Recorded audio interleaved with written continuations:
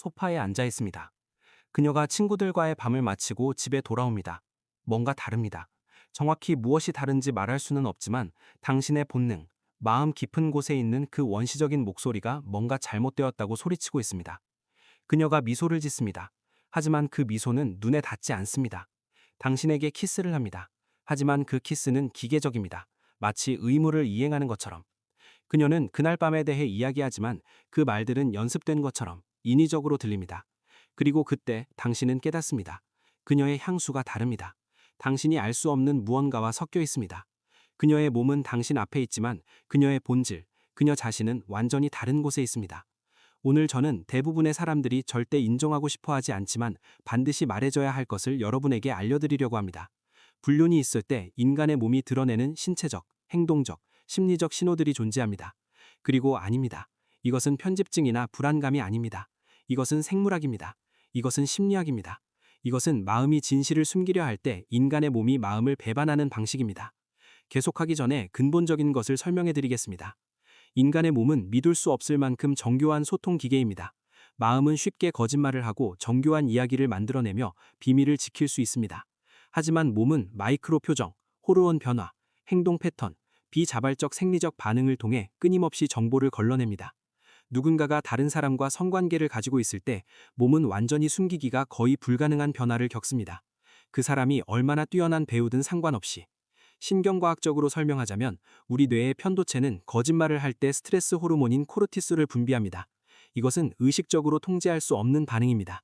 땀샘이 활성화되고 동공이 미세하게 확장되며 목소리 톤이 변합니다. 전문가가 아니더라도 무의식적으로 이런 신호를 감지할 수 있습니다.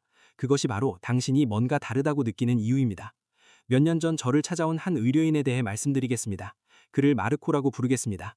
마르코는 8년째 결혼 생활을 하고 있었고 2명의 자녀가 있었으며 자신의 결혼이 견고하다고 생각했습니다. 하지만 지난 3달 동안 무언가 변했습니다. 정확히 무엇인지 파악할 수 없었습니다. 단지 아내가 달라졌다는 것만 알 수 있었습니다. 마르코는 처음에 자신이 과민하다고 생각했습니다. 직장 스트레스 때문에 예민해진 거라고, 아내가 피곤하다고 스스로를 납득시켰습니다. 그는 자신의 의심을 억눌렀습니다.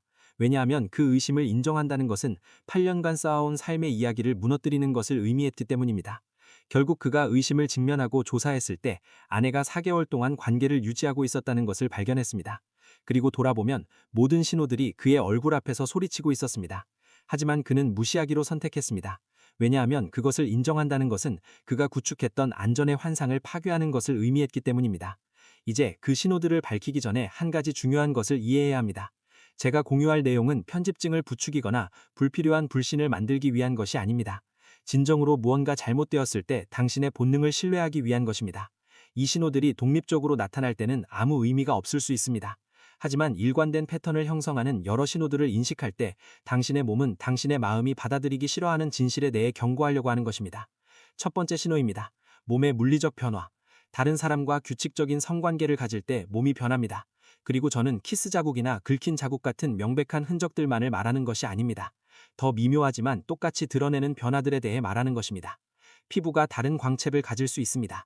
규칙적인 성활동 중에 특정 호르몬이 증가한 결과입니다.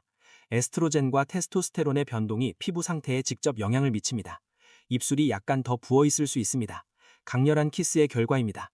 머리카락이 달라질 수 있습니다. 헤어스타일뿐만 아니라 질감도, 왜냐하면 다른 사람을 위해 다른 제품을 사용하고 다른 방식으로 꾸미고 있기 때문입니다. 이상한 것에 작은 멍이 생길 수 있습니다. 무릎, 엉덩이, 등, 뭔가에 부딪혔다고 모호하게 설명되는 곳들. 속옷이 변합니다.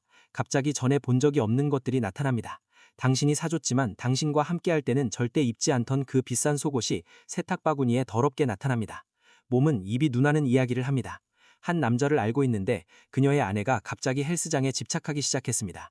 매일 가기 시작했고 때로는 하루에 2번. 그녀의 몸은 믿을 수 없을 만큼 좋아졌습니다. 그 어느 때보다. 하지만 그는 이상한 것을 알아챘습니다. 그녀는 항상 샤워를 하고 돌아왔지만 운동복은 뼘벽하게 깨끗했습니다. 땀 냄새도 없고 실제 운동의 흔적도 없었습니다. 그녀가 헬스장에 가는 것이 아니라 퍼스널 트레이너의 아파트에 가고 있다는 것을 발견하는데 3달이 걸렸습니다. 디테일에 주의하십시오. 몸은 거짓말하지 않습니다. 두 번째 신호입니다. 위생 패턴과 신체적 인미성의 변화. 불륜이 있을 때 그 사람은 드러내는 방식으로 청결에 대해 과민해집니다. 집에 도착하자마자 바로 샤워를 시작할 수 있습니다. 심지어 당신에게 인사도 하기 전에. 왜냐하면 다른 사람의 냄새를 워셔내고 있기 때문입니다. 갑자기 항상 향수를 뿌리고 항상 손톱을 정리하고 당신들이 자주 성관계를 갖지 않더라도 항상 완벽하게 제모되어 있을 수 있습니다. 향수를 바꿀 수 있고 옷 스타일을 바꿀 수 있고 다른 화장을 시작할 수 있습니다. 이런 변화들은 당신을 위한 것이 아닙니다. 다른 사람을 위한 것입니다. 그리고 가장 드러내는 것은 외출 전에는 꼼꼼하게 차려입지만 돌아올 때는 약간 흐트러진 것처럼 보입니다. 마치 서둘러 화장을 다시 한 것처럼. 동시에 당신과의 인미성 패턴이 극적으로 변합니다. 어떤 사람들은 성관계에서 완전히 멀어집니다. 갑자기 항상 두통이 있고 항상 너무 피곤하고 항상 변명을 찾습니다. 하지만 다른 사람들은 반대로 합니다. 더 성적이 됩니다. 진정한 도식 때문이 아니라 죄책감 때문입니다. 저는 이것을 보상 섹스라고 부릅니다. 더 자주 관계를 가지고 심지어 새로운 것을 시도할 수도 있습니다. 더 연결되어 있어서가 아니라 죄책감을 해소하려고 하기 때문입니다. 그리고 가장 드러내는 신호는 성관계가 일어날 때 몸으로 있지만 감정적으로는 없습니다. 눈이 연결되지 않습니다. 직접적인 눈맞촉을 피하는 자세를 피합니다. 심지어 성관계 중에 평소와 다른 말을 할 수 있습니다. 당신들에게 정상적이지 않은 단어들. 왜냐하면 당신을 다른 사람과 혼동하고 있기 때문입니다. 신경과학적으로 설명하자면 이것은 우리 뇌가 친밀한 문간의 연상 기억을 활성화하기 때문입니다. 두 관계 사이의 경계가 흐려지기 시작하며 무의식적인 행동이 그것을 드러냅니다. 세 번째 신호입니다. 타이밍과 행동 패턴의 변화. 인간의 몸은 리듬으로 활동합니다. 그리고 그 리듬이 명확한 설명 없이 변할 때 무언가 일어나고 있습니다. 갑자기 늦게 끝나는 회의, 이상한 시간에 자신을 필요로 하는 친구들, 갑자기 나타나는 약속들이 생깁니다. 가장 드러내는 것은 빈도가 아니라 패턴의 일관성입니다. 불륜이 있다면 패턴이 있을 것입니다. 아마도 매주 화요일과 저녁일 것입니다.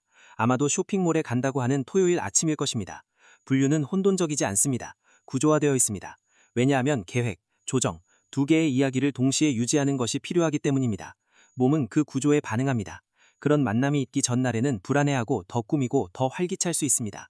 그런 다음에 더 편안해지고 더 멀어지고 당신과 관계없는 방식으로 만족스럽습니다. 이 패턴을 파악한 의뢰인이 있었습니다.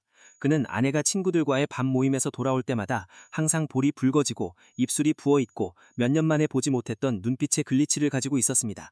그녀는 행복하고 빛나고 있었습니다. 하지만 그 행복은 그와 아무 관련이 없었습니다. 그리고 당신이 질문하기 시작할 때 몸은 특정한 방식으로 반응합니다. 작은 일에 지나치게 방어적일 수 있습니다. 왜냐하면 항상 방어 모드에 있기 때문입니다.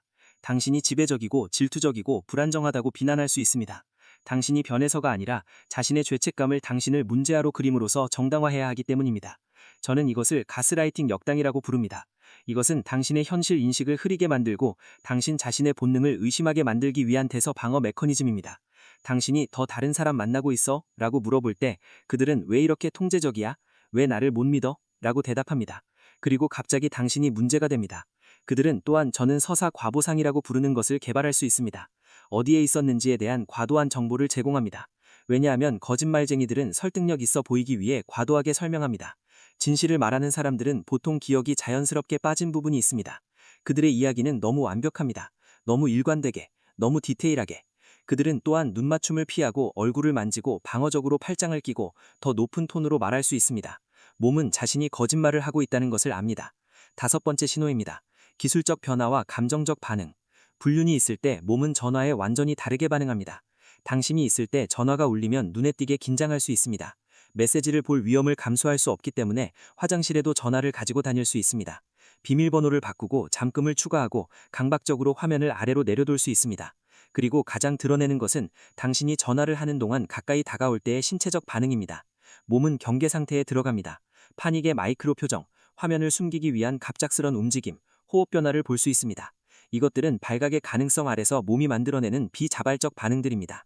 이것은 순수 심리학입니다. 우리의 투쟁 도피 반응은 위협을 댐지할 때 자동으로 활성화됩니다. 그리고 발각의 가능성은 뇌에게는 위협입니다. 심장 박동이 빨라지고 땀이 나기 시작하며 근육이 긴장됩니다.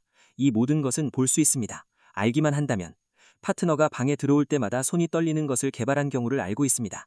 그 떨림은 떨림이었습니다. 아드레날린이었습니다. 발각의 가능성에 반응하는 몸이었습니다. 동시에 몸은 숨길 수 없는 감정적 롤러코스터를 겪습니다. 명백한 이유 없이 기분이 들뜰 수 있습니다. 샤워하면서 노래하고 전화기를 보면서 몇 년 만에 보지 못했던 가벼움으로 미소를 짓습니다. 하지만 그 기쁨은 당신을 위한 것이 아닙니다.